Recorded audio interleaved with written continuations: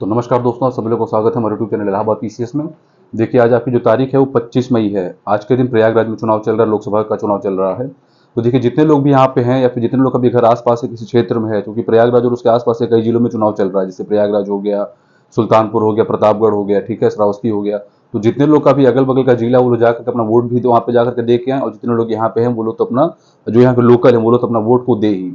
देखिए, वोटिंग इतनी जरूरी होती है डेमोक्रेसी में, लोकतंत्र के अंदर, कि इसको हम लोग को महापर्व के रूप में मनाना चाहिए, उसको मनाया भी जा रहा है।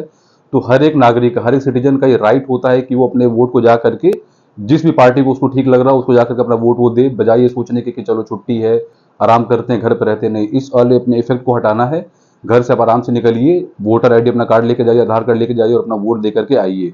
जिस भी पार्टी को आपको मन हो उसको जाकर के आप लोग वोट दे सकते हैं, जो भी आपका पैरामीटर हो कि कौन सी पार्टी किस चीज के लिए आगे आने वाले समय में काम करेगी, उन सारी चीज़ों को लेकर के, उन सारी चीज़ों को मद्देनजर रखते हुए आप लोग अपने वोट को जरूर दीजिएगा।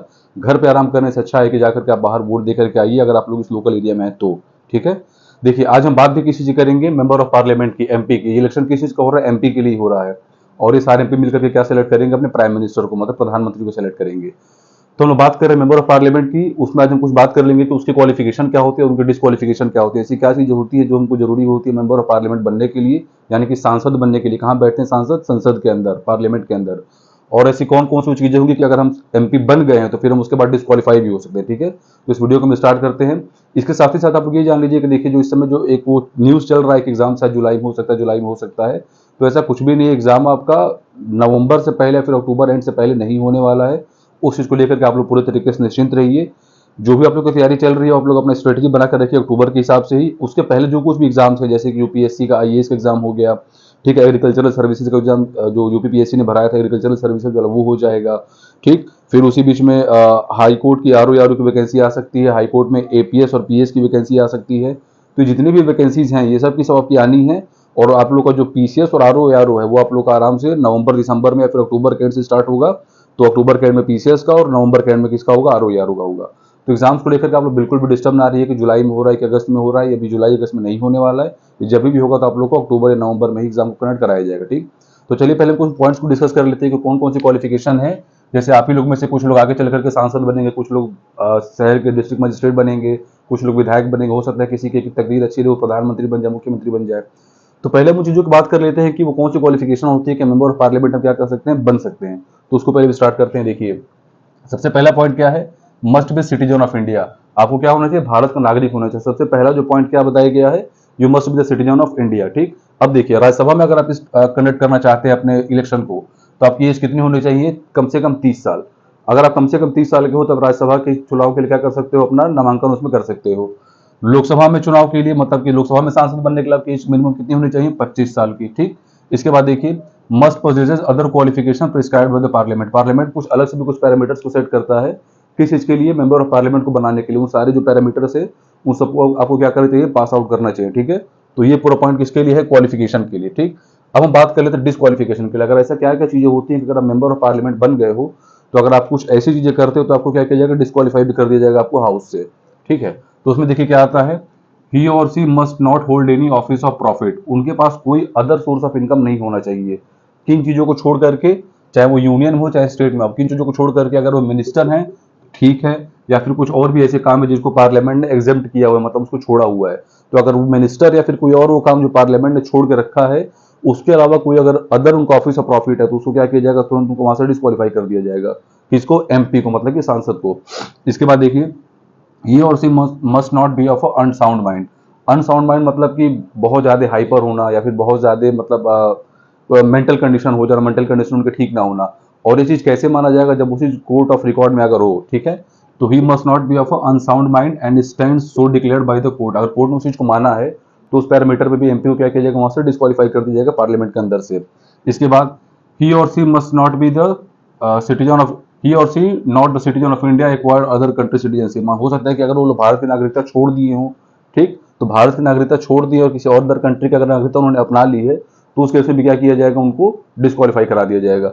इसके साथ ही क्या था? अटेंडेंस को भी लेकर के था कि अगर आपका मिनिमम 60 दिन का, अगर आप लोग 60 दिन तक आप एब्सेंस हैं, वो भी बिना किसी नोटिस के दिए हुए, ठीक है, विदाउट एनी नोटिस, 60 दिन तक अगर आप लगातार एब्सेंट हो, तो उस केस में भी आपको क्या किया जाएगा? डिस्क्वालीफाई कर दिया जाएगा। ठीक है, अब इसमें ये देखिए जो आप लोग का ये क्वालिफिकेशन की बात होती है किस आर्टिकल में आती है, ये आपकी आती है आर्टिकल नंबर 84 में, और जो डिस्क्वालिफिकेशन की बात होती है किस में आती है, आर्टिकल नंबर 102 में। ठीक, तो ये क्वालिफिकेशन हो गया और ये क्या हो गया, डिस्क्वालिफिकेशन हो गया। अब देखिए क्या देखते हैं हम, under the following condition MP vacates his or her seat. ये वो कंडीशन, जिस कंडीशन देखिए जो मेंबर ऑफ पार्लियामेंट होते हैं, जो सांसद होते हैं, वो अपनी सीट को खाली कर देते हैं। तो क्या क्या कंडीशन होती हैं, पहला डबल मेंबरशिप। डबल मेंबरशिप आप इस तरीके से समझिए, जैसे कि 2017 में यूपी के अंदर चुनाव हुआ था। ठीक, तो 2017 में जब यूपी के अंदर चुनाव हुआ था, जब इस समय योगी आदित्यनाथ जी को मुख्यमंत्री बनाया गया था, तो उसके पहले वो क्या थे, वो एमपी थे गोरखपुर से। ठीक, तो वो एमपी थे गोरखपुर से, फिर उन्होंने क्या इलेक्शन कंडक्ट कराया गया, तो फिर जब आप लोग को सीएम बनना है तो सीएम के लिए क्या होना चाहिए आपके पास, एमएलए या फिर एमएलसी, या तो विधायक रहिए विधान परिषद में या फिर विधानसभा में। और प्राइम मिनिस्टर के लिए क्या होता है, आपको एमपी रहना पड़ेगा, चाहे लोकसभा से चाहे राज्यसभा से। तब वो सीएम बन गए थे, तब सीएम जैसे बने तो उनको फिर क्या करना पड़ा, एमपी की जो मेंबरशिप उनकी जो थी मेंबर ऑफ पार्लियामेंट की, 2014 वाले चुनाव में जो जीते थे, उसको उन्होंने छोड़ा। फिर वो वहां से क्या कंडक्ट कराया गया, एक बाईपोल इलेक्शन कंडक्ट हुआ। तो उस समय तो बाईपोल इलेक्शन कंडक्ट नहीं हुआ था, उस समय उनको एमएलसी बनाया गया था, ठीक है, विधान परिषद से। तो क्या हो गया था, डबल मेंबरशिप उनके पास उस समय हो गई थी कि एमएलसी भी उस समय थे और एमपी भी थे। तो उन्होंने क्या किया था, एमपी वाले अपनी सीट को छोड़ दिया था और उन्होंने एमएलसी को एक्वायर किया। उसके बाद वो क्या बने, चीफ मिनिस्टर बने। तो ऐसा कई बार होता है कि जैसे अभी इस समय चुनाव में माननीय अखिलेश यादव जी हैं, ठीक है, तो इस समय क्या है, इस समय प्रेजेंट में विधायक हैं और खुद भी वो चुनाव लड़ रहे हैं एमपी की। तो अगर वो एमपी का इलेक्शन जीत जाते हैं तो फिर उनके ऊपर वो एक मतलब एक रहेगा कि आपको 6 महीने के अंदर अंदर डिसाइड कर लेना है कि या तो आप एमपी रहो या तो फिर आप एमएलए रहो। तो इस तरीके से चीजें चलती रहती हैं, आपको 6 महीने के अंदर क्या करना होता है, चीजों को फाइनल कर देना होता है कि हम इस चीज के लिए जा रहे हैं फिर इस चीज के लिए जा रहे हैं। तो ऐसे कि कई बार चीजें होती रहती हैं। तो इसी चीज की बात इसमें की जा रही है डबल मेंबरशिप में, कि अगर आपको साथ ही साथ अगर आप मान कि सेंट्रल में आप एमपी हो और आप स्टेट में कहीं एमएलए बन गए, फिर अगर आप सीएम बन गए, ठीक है, तो उसमें क्या करना है कि आप लोग को एमपी का अपनी सीट को मतलब जो भी सीट आपको छोड़ने का वो रहे, आप उसको छोड़ सकते हो। डबल मेंबरशिप नहीं चलेगी। इसके बाद देखिए डिस्क्वालिफिकेशन या रेजिग्नेशन, वो अगर डिस्क्वालीफाई हो गया फिर रिजाइन कर दें तो जाहिर सी बात उनकी सीट तो खाली हो ही जाएगी। ये देखिए अब बात की गई एब्सेंस की, तो एब्सेंस में कितने दिन की बात की जाती है, 60 दिन की, वो भी किस चीज के, बिना नोटिस के। बिना नोटिस अगर 60 दिन से ज्यादा एब्सेंट होता है तो क्या मान लिया जाएगा, एब्सेंट माना जाएगा और आपकी सीट को क्या करना पड़ेगा, वेकेट करना पड़ेगा, खाली करना पड़ेगा। इसके बाद election declared void by the court, अगर इलेक्शन में कोई दिक्कत आ गई, कोर्ट ने उसको निरस्त कर दिया है, तो उस केस में भी क्या होगा, सीट को खाली करनी पड़ेगी। ही और she is expelled from the house, उनको किसी काम की वजह से उनको घर से बाहर निकाल दिया गया। हाउस इन द सेंस की पार्लियामेंट से, ये घर वाला घर नहीं है, इनको पार्लियामेंट से क्या किया गया, बाहर किया गया, तो उस केस में भी क्या करना पड़ेगा, इनको अपनी सीट को वेकेट करना पड़ेगा। इसके बाद ही और she elected to the seat of the president, vice president या गवर्नर ऑफ द स्टेट, अगर हो सकता है कि उसी एमपी में से कोई किसी को हम लोग राष्ट्रपति, उपराष्ट्रपति या फिर राज्यपाल मतलब गवर्नर ऑफ द स्टेट बना दे, तो उस केस में भी क्या करना पड़ेगा, उनको अपने पद को छोड़ना पड़ेगा। क्योंकि राष्ट्रपति, उपराष्ट्रपति और गवर्नर जो राज्यपाल होते हैं काफी न्यूट्रल पोस्ट होती है, इसके लिए आपको कोई पॉलिटिकल कनेक्टिविटी नहीं चाहिए। ठीक है, तो ये सारी कंडीशंस हैं कि क्वालिफिकेशन क्या होती है सांसद बनने की, डिस्क्वालिफिकेशन क्या होती है कि ऐसे कौन सी चीजें होंगी जब आप जो करोगे तो आपको वहां से डिस्क्वालीफाई किया जाएगा। उसके साथ ही साथ वो कौन सी कंडीशन जिसमें कि जो सांसद होते हैं, एमपी होते हैं, सीट को क्या करते हैं, विकेट करते हैं। ठीक है, तो ये सारी वो चीजें थी। इसके बाद एग्जाम से रिलेटेड आप लोग को बता ही दिया गया है कि एग्जाम इस बीच में कोई एग्जाम आप लोग के पीछे फरारी वालों के नहीं होने वाली है। आप लोग एकदम निश्चिंत रहिए, अक्टूबर एंड या फिर नवंबर स्टार्टिंग या फिर नवंबर एंड और दिसंबर की स्टार्टिंग में आप लोग एग्जाम कंडक्ट हो जाएगा। और जो भी कुछ उसका मेंस होगा वो कब हो जाएगा आप लोग का, मार्च में हो सकता है आप लोग का पीसीएस का हो जाए और अप्रैल के एंड में या फिर मई में हो जाता है आरओ का मेंस। ठीक है, तो किसी भी तरीके के भ्रामक न्यूज में ना आइए। न्यूज़पेपर के ऊपर आप लोग फिलहाल इस एग्जाम से रिलेटेड भरोसा आप लोग नहीं कर सकते हैं। ये वही न्यूज़पेपर थे जो क्या बोलते थे कि 17 मार्च को एग्जाम हो जाएगा। तो इन लोग का जो प्रोसेस है, जो क्राइटेरिया चलता है, तो उस हिसाब से लोग अपनी चीज़ों को मतलब बराबर बोलते चले जाते हैं। ठीक, तो आयोग के अंदर इस तरीके से फिलहाल से कोई भी तैयारी नहीं है। जितनी भी अलग से जो वैकेंसी आने वाली है, आप लोग को कुछ भी अगर उसका अपडेट मिलेगा तो आप लोग को वीडियो या फिर शॉर्ट के माध्यम से सूचित कर दिया जाएगा।